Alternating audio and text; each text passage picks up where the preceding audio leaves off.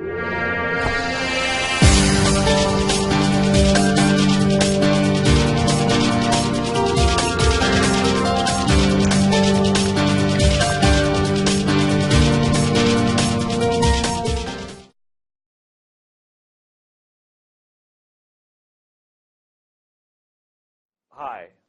I'm Simon Sinek.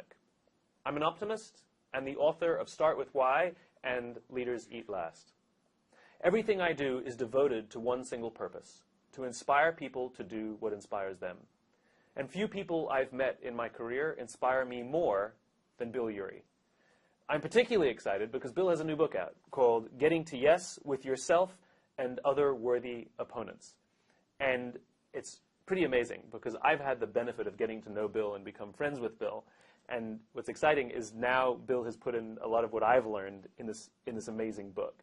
And so I'm excited to talk to you, Bill, so that we can share with people some of what you've written about and what you've taught me over the years. So thanks so much for sitting down with me. It's a huge pleasure to be here with you today, Simon. So, Bill, before we get started, I have a question for you, which is, I know your work. I'm an admirer and lover of your work. And all of your work is about other people. You negotiate with someone else. You try and come to an agreement or a deal with another party. There's peace deals with some warring groups or parties. What was the impetus to write a book about not looking externally but looking internally? Well, it's a good question because 30 years ago I probably wouldn't have written a book like this. But what happened was, after Roger Fisher and I cooperated on Getting to Yes, I went out in the world and I tried to apply it in all kinds of ways, and coal mine strikes and boardroom battles and family feuds and civil wars, the Cold War. And what I found was that I became a kind of a specialist in how do you deal with difficult people, difficult situations, because the question most people had for me is, okay, I want to get to yes, I want to cooperate, I want to get to a win-win, I want to get to a mutual gain solution, but the other side doesn't want to. How do I deal with them? So, my next book after that was called Getting Past No, Dealing with Difficult People. And then over the years, it kind of began to slowly dawn on me as I really looked at the question of what stops us. What's the real obstacle to us getting to yes, getting what we truly want in life? And I found that, odd enough to say, is that the biggest obstacle to us getting what we want in life, to getting to yes, is not what we think it is. It's not that difficult person. It's not that difficult organization. They can be difficult for sure. But the most difficult person is the person we look at in the mirror every morning. It's right here. It's us.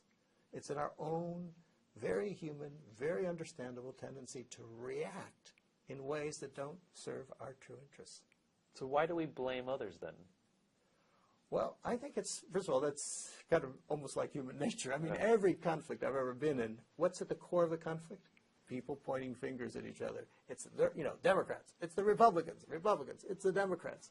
Years ago when I was working on the Cold War, we used to get together American and Soviet kind of policymakers for quiet, informal conversations to see if there's any way we could kind of reduce tensions and it was a project called the Avoiding Nuclear War Project at Harvard. And I remember we used to get together, and the first morning, in fact the first day, was just mutual recriminations. I mean, everyone was just, it's your fault, it's your fault, it's your fault, it's your fault. So one time I decided, let's do an experiment here. So I gave everyone the agenda the night before of the first day, and I said, 6 a.m. agenda session. Title is Mutual Accusations. Everyone is welcome to show up. And everyone got the point. And we kind of began to change that dynamic. And that's what I think we need to do. And the opposite of blame, of course, is taking responsibility. Oddly enough, when we blame, we might think that's powerful because I'm blaming the other person. But you're actually subtly disempowering yourself because you're saying, it's the other person's fault. I don't have any stake in this. But if you take responsibility, which doesn't necessarily mean blaming yourself, it just means taking a constructive, positive approach towards it, you empower yourself, and you're more likely to get what you want and to get to yes. I had an argument with someone recently, and at the conclusion of the argument, I expressed regret and apologized for my role, and she responded back, "I'm sorry you were hurt." And I was angry again because you can't apologize for how I feel. You can only apologize for what Right. what you do. You know, That's and it. and I guess this is what it's about, right? Yeah. Which is we have to take responsibility for our own That's thoughts it. and actions if we care to resolve That's it. conflict. That's it. No, I mean, one of the toughest negotiations I ever had to engage in, which partly inspired this book, was I think you know my daughter Gabi. She was born with a lot of medical problems, and she had like 15 major surgeries. So we had to negotiate with all these doctors and nurses and bureaucracy and stuff. And it was very easy for us as parents, feeling, we were blaming ourselves, we were blaming the doctors, who tended to blame the doctors, the nurse, all these things going on for everything that was going wrong. And then I learned it did no good. I mean, it did no good. It didn't help her. It didn't help us. So, we began, we took responsibility and said, look, okay, the doctor's under stress. They're working in a dysfunctional system, but, we're responsible. And once we took responsibility for ourselves, we started to calm down more. We were much more effective in dealing with them, much more effective. And so, to me, that lesson of self-responsibility is the lesson of self-empowerment. It seems like the hardest thing in the world to have to take responsibility for your own actions or your own contributions in a conflict. Right. To actually say, I'm to blame partially. Yeah. And that seems, the ego doesn't want to go there. That's it. I mean, I know that it's hard to do it in an interpersonal way, just with somebody, a friend, or have an argument with somebody in the street or with a shopkeeper or whatever it is.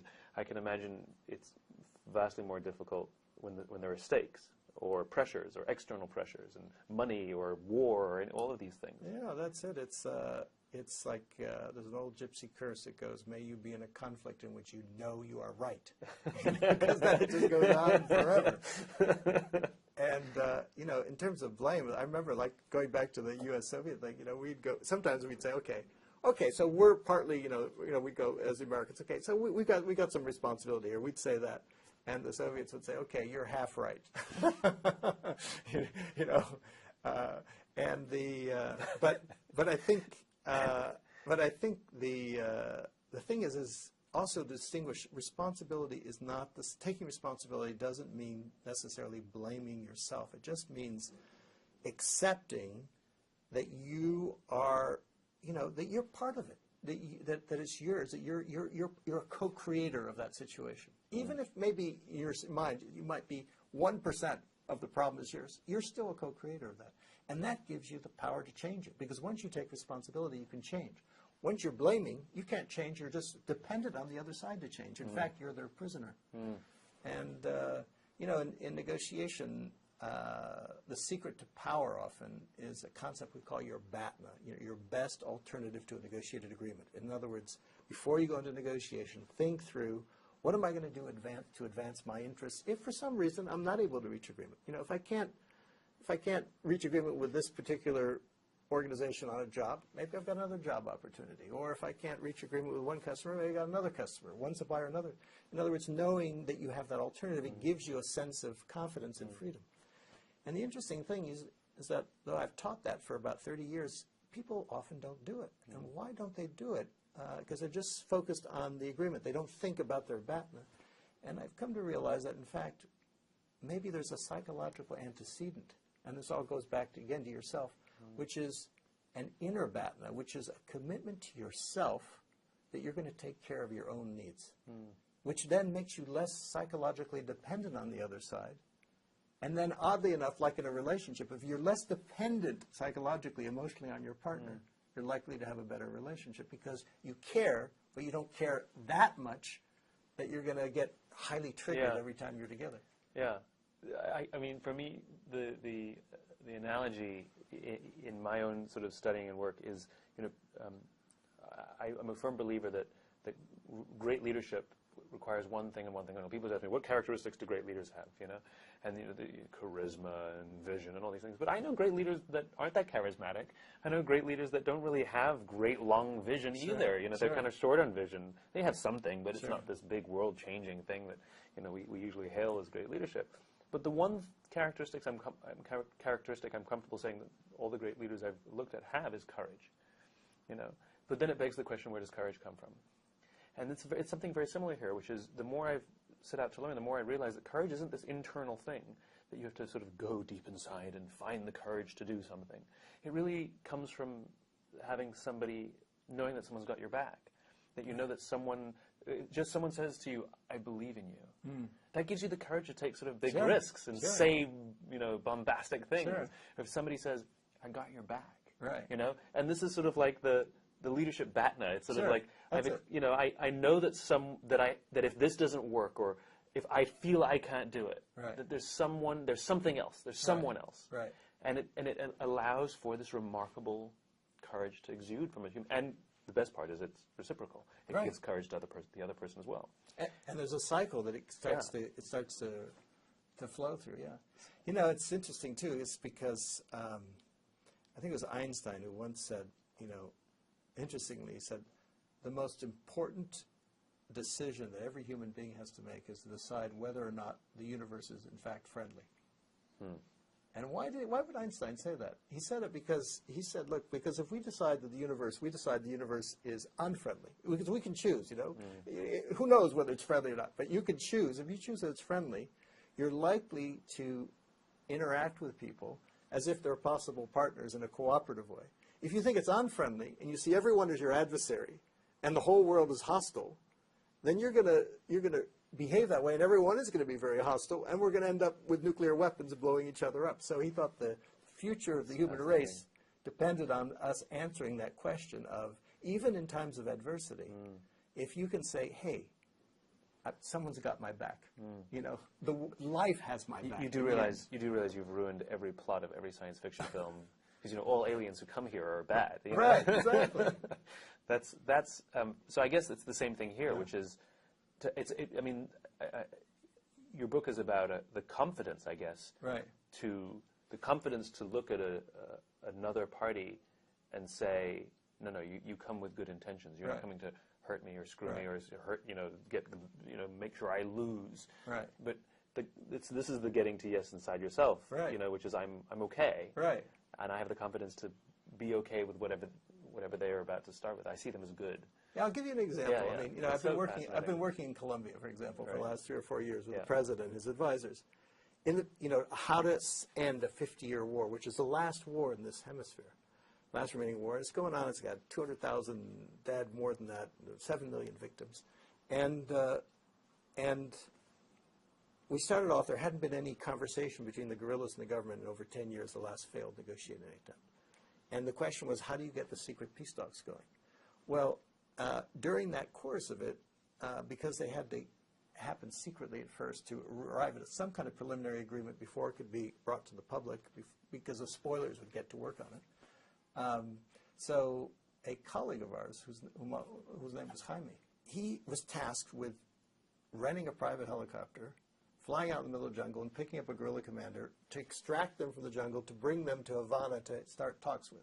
So Jaime rents a helicopter, whatever. The Red Cross gets in. They don't even know the coordinates, because no one is to know where this headquarters is, because otherwise the military would attack it. Anyway, the coordinates are given to the helicopter pilot. They fly about 20 minutes into the forest. They land in the middle of a jungle clearing. No one there. And then suddenly, slowly emerging, come hundreds of AK-47 carrying, insurgents, guerrillas, all aimed at the helicopter. Put yourself in the shoes of Jaime. The world looks very unfriendly at that moment, right? He had the presence of mind to decide, wait a minute, what am I doing in this helicopter? I'm very uncomfortable with the helicopter. The helicopter's not going to stop the bullets, whatever. I might as well get out of the helicopter. So he opens the door of the helicopter, gets out, strides up to the person that he recognizes as the commander and says, Senor Comandante, I am now placing you under the personal protection of the president. In other words, he reframed. That's one of the great powers in negotiation. He was able to reframe that situation. Comandante looked a little startled, but he kind of got the point. And, because some of the guerrillas were saying, hey, this is a trick. You don't do it. You're never going to come back, whatever. But he sort of swallowed.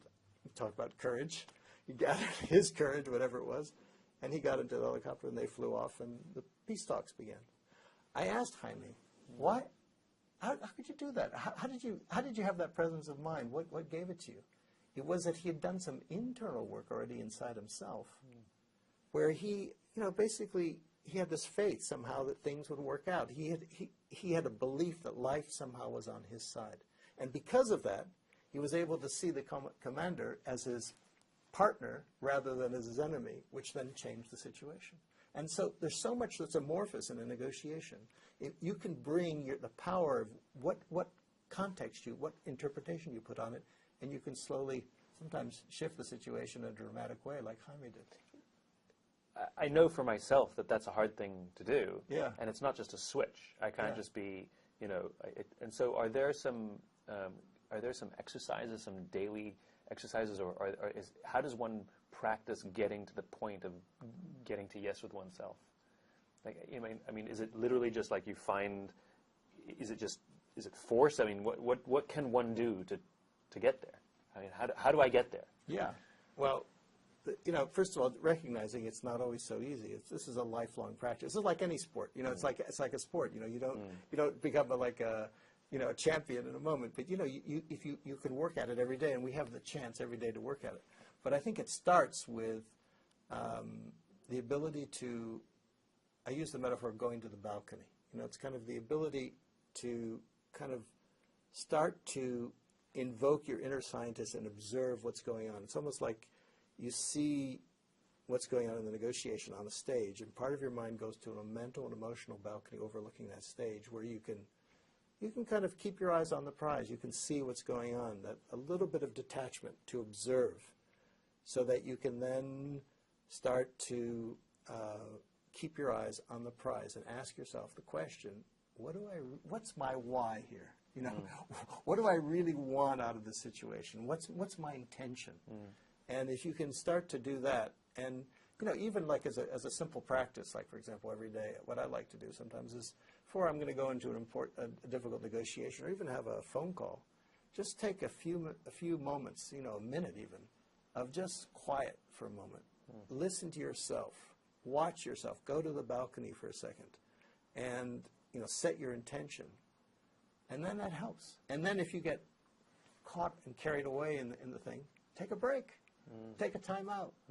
And just realize it doesn't all have to be done at once. And then have a moment after the interaction to take a moment for yourself and ask, what did I learn here? What would I do differently next time?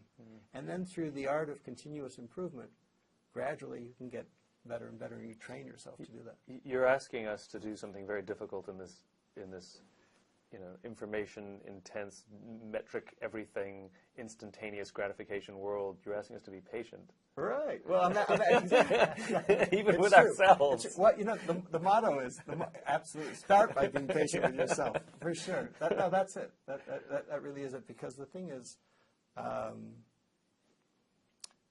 motto in negotiation is, if you want to go fast, and all the pressure on these days is to go fast and fast. If you want to go fast, you have to go slow. Because human minds don't change in a second.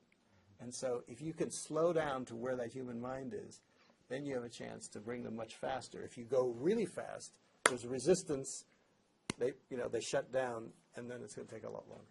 So to some degree, it flies in the face of sort of the way a lot of our modern days fold out, that decisions have to be made now, and this negotiation has to be completed now, and I need your decision by the end of the day. And it seems to fly in the face of how the world is working. But it's kind of like, like there's the slow food movement. and you were just in Italy. The slow food movement's active there. I ate and it made me slow. That's the slow. But just, the thing is, this is the paradox, is that if you want to go fast, it's almost like, like tennis players, they slow down the motion. And that's how they're so good, because they're on the balcony. They're in the zone. It's in tennis, it's called the zone. They're in the zone. They're in that place of presence and power and satisfaction. And the same thing is in negotiation. We've got high-stakes situations. You want to be in that zone.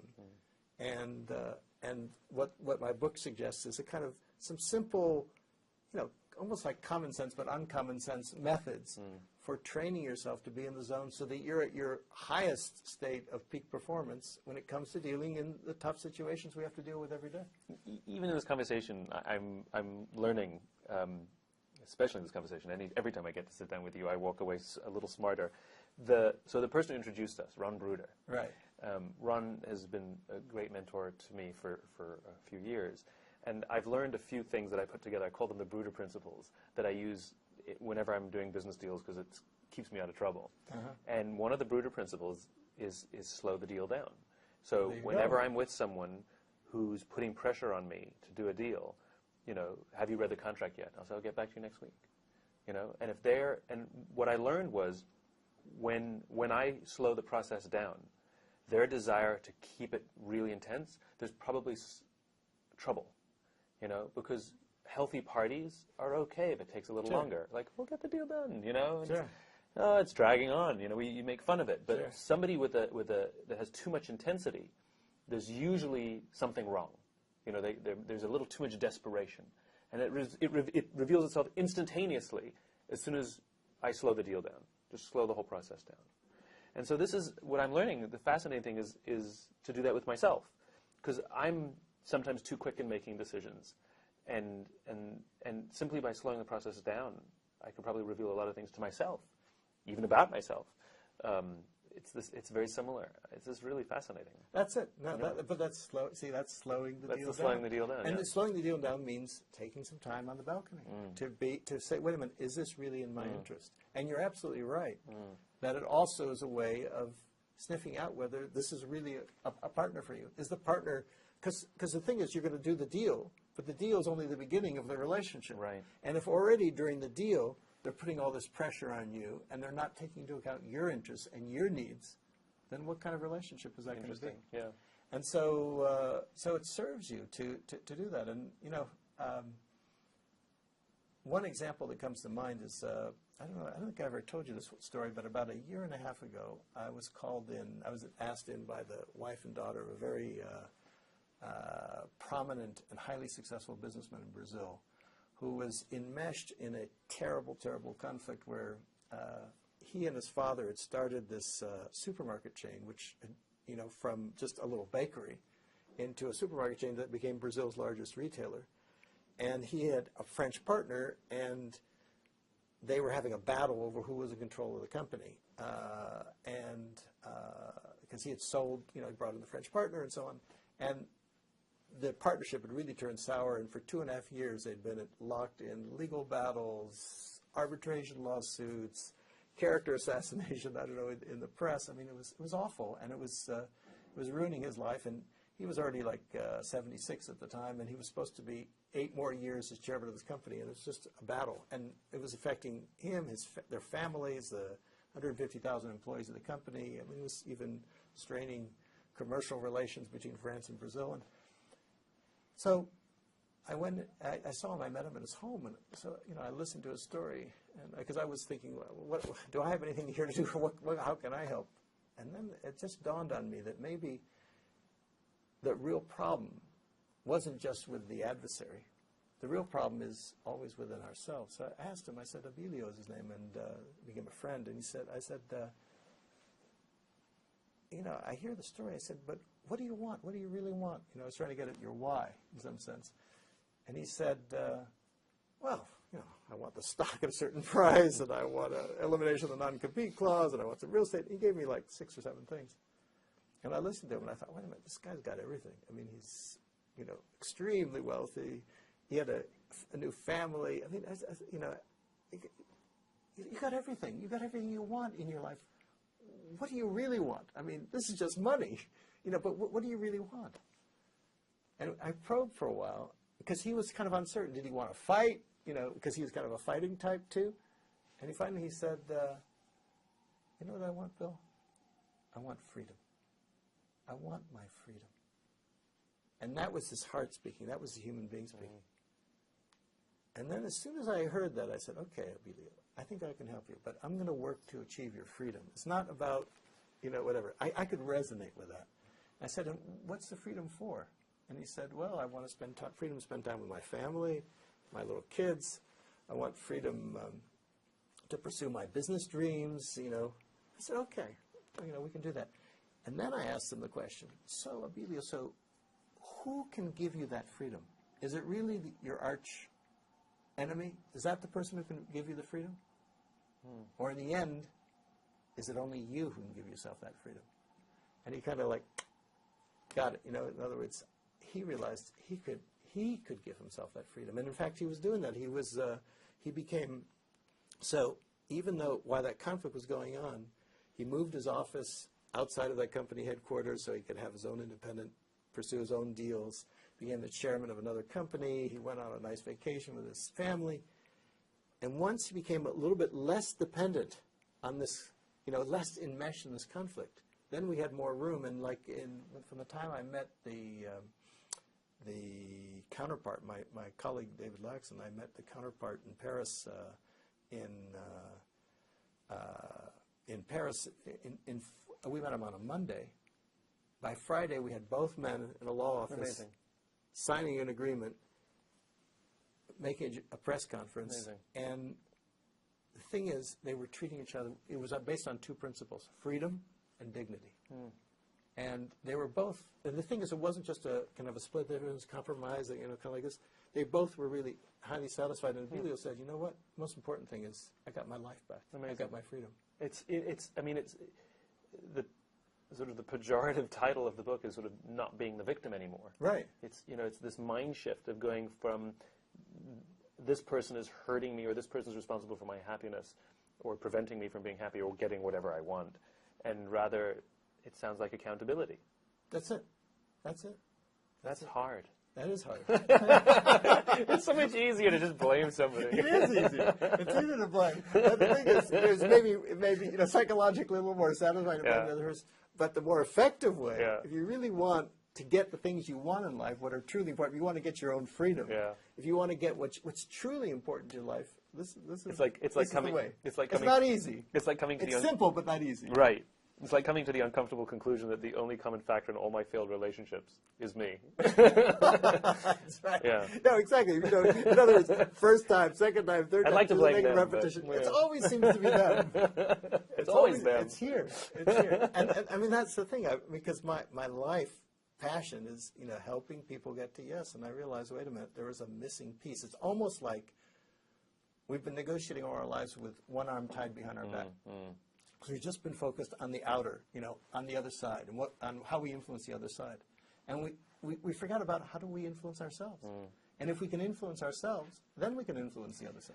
And the other thing is, if we influence ourselves, we can give ourselves a kind of degree of satisfaction that whether or not we reach agreement with the other side, in some sense, it doesn't even matter. Because it starts with inner satisfaction.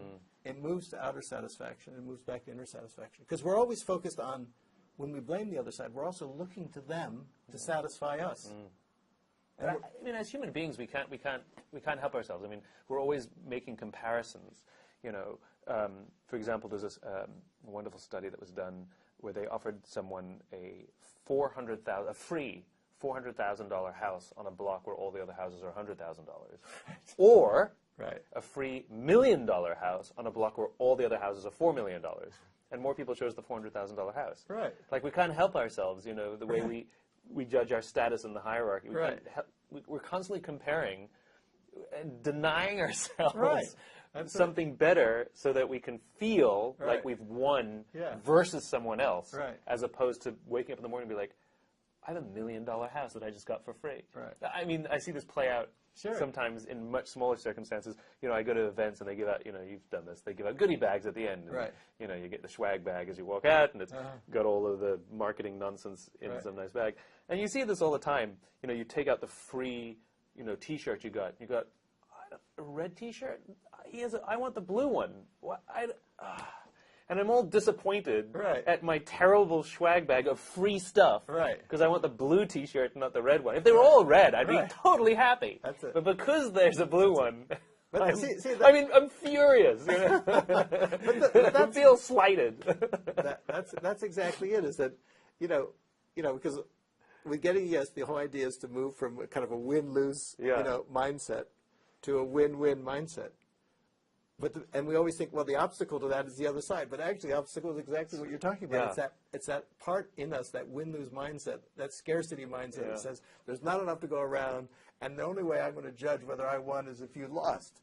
And if we don't deal with that inside of ourselves, no wonder we're not able to produce getting DS in the outside. At what point in your own life and or career did you... Because clearly, like anything, it's like going to the gym, which is you never see yourself getting stronger. And you wake up one day and you look in the mirror or you realize, I'm stronger.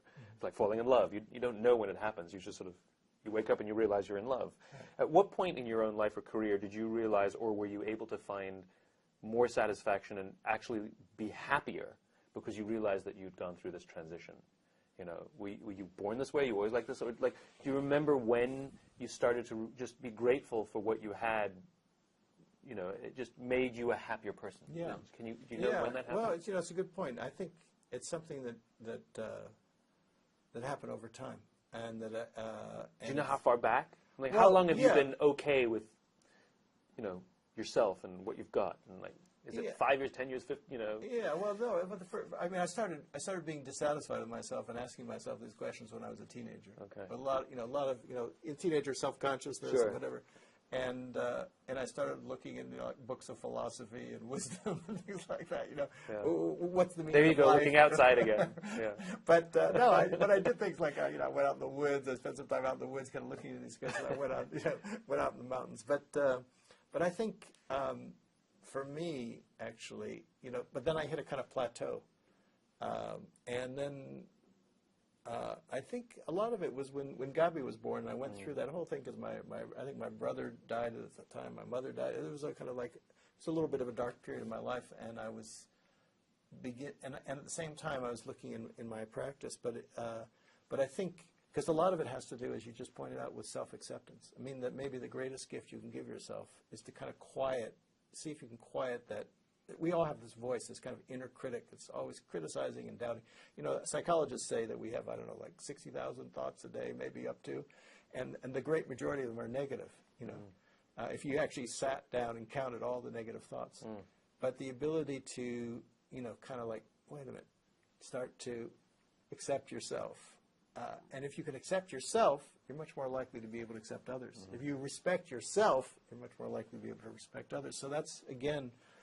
So I'd say maybe about, 15, 16 years ago, from that plateau, I began to kind of look more, and I could see it in my practice as a negotiator, as a mediator, like I was getting into tough situations, like I think I may have told you that, like, I was involved, like, for example, in Venezuela, where I was dealing with President Hugo Chavez, for example, and I remember, you often in tough situations where, like, I remember having one meeting with him, like, at midnight, and thinking I was going to find him alone. He just had his whole cabinet arrayed behind him, and he said, "So, Yuri, what do you think of the situation?" And I said, "Well, Mr. President, I've been talking to your ministers, I've been talking to the opposition. Seems to me making some progress." "What do you mean making progress?" He said, and he leaned in very close to my face, and he started to yell at me. "You're naive, you're foolish, you're not seeing the dirty tricks." And he just full on yelling for like 30 minutes. And I'm thinking, wow, okay, all this work for the last 2 years down the drain. But because of this work, I was able to kind of like go to the balcony for a moment and say, wait a minute, because I felt like defending myself. And, but then I said, wait a minute, is that really going to advance my goal here if I get into an argument with the president of Venezuela? Because I started to do this work, I was able to kind of like, bite my tongue, say, no, okay, just focus, go to the balcony, watch what's going on. I could see myself getting a little embarrassed and, feeling the anxiety, just letting it relax and just listen to him and just listen to him. And so he could yell and yell. Pretty soon, he started to run a little bit out of steam because there was no... He was looking for a fight. He was looking for a fight, and he wasn't getting the fight. So after a half an hour, I finally saw his shoulders sag a little bit, and in a kind of weary tone of voice, he said to me, "So, Yuri, what should I do?" Amazing. And then his mind began to open, and I said, well, Mr. President, maybe the whole country needs to go to the balcony. So two thoughts. His mood shifted. So what two thoughts come to mind in that case? Yeah. You accidentally created, or a scenario was created in which someone eventually got to yes inside themselves because they ran out of stuff to say, or they ran out of energy, or they weren't getting because when you get the fight, it's no problem because you just keep attacking each other. But it sounds like for a split second there, for a moment there, he actually got to yes with himself, which made him open-minded. Right. But the situation, I guess, exhaustion, right? I mean, a lot of things happen because of exhaustion. Right, that's true. Warring parties get exhausted, and now we're willing to talk. That's true. Or we've spent so much money on lawyers, now we're willing to negotiate. That's true. His mind opened for that that's second. interesting. And because I mean, it goes back to your point about, giving courage, because I had listened to him, he was more willing to listen to me all of a sudden. And so the question is, how do you break that cycle of, I'm not going to listen to you, you're not going to listen to me. I'm going to reject everything you say, you're going to reject everything. I'm going to blame you, you're going to blame me, which is the basic structure of conflict. How do we turn that around? How do we break that cycle? Someone has to do it first. And to do it first, they have to draw that strength from somewhere. It's got to come from inside. And it's getting to that mindset without having to go through the exhaustion, without having to spend all the money on the attorneys first, without having to hate everything and cut off your nose to spite your face first. Right. That's it. That's right. The other question I had is, you tell the story of how you were able to yourself find this way, and this 15 or 16 years ago with this sort of annus horribilis, this horrible year you had. Does one have to go, if they don't read some of the tips and lessons you've learned, does it require going to a dark place to make these conclusions? Can one come to these realizations without the darkness? I think so. I mean, the thing is, there's a tendency in human nature to, if you've got an easy way to learn and a hard way to learn, we often opt for the hard way. But no, it's depressing. No. Oh, perfect. I believe it.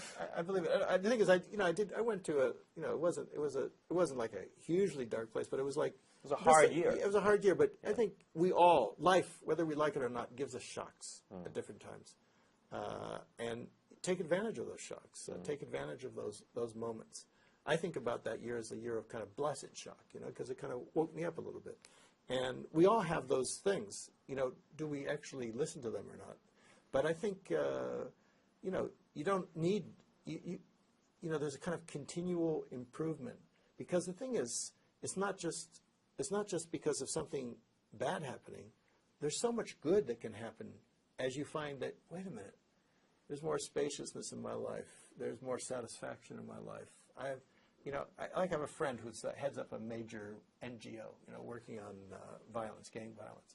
And he said, he'd been doing this work, a little bit of work of kind of putting himself in his shoes, and doing this kind of inner work. And he said he found out that, wow, suddenly everyone around the office, he started to be a nicer guy. And he said, wait a minute, what happened to him? What happened to Gary, Because the whole office became a lot nicer place to work. Why? Because it started with him as the leader, kind of realizing, because before that, he was kind of like tough and he was wondering, why isn't everyone so nice or whatever. But actually, once he started to do that incremental work inside himself, he noticed it over 6 months, a year, and now he says the place is a pleasure to work with. Why? It's a reflection of the work he did inside himself. And it goes back to the leaders. It's not the charismatic, kind of leader necessarily is the best one.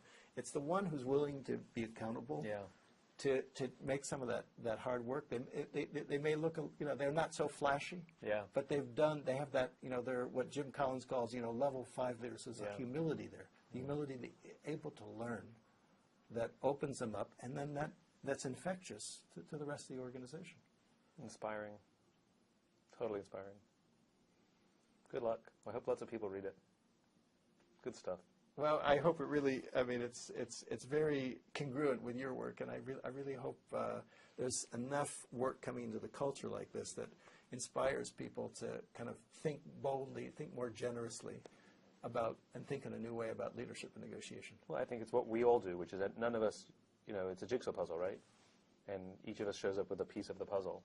By itself, it might be colorful and it might have a nice shape, but it's pretty useless. Right. And it's when we find all the different pieces and put them together that the world changes. Yeah. That's it. And it's also kind of saying the same things or congruent things, but in different language to different audiences, and it starts to become a critical mass. Yeah, good stuff. It's great. Well, I hope... Thanks, Bill. You're very welcome, Simon. It's a pleasure to talk with you. I find your work very inspiring, so it's like, may it inspire the world. Amen to that. Great. Thanks.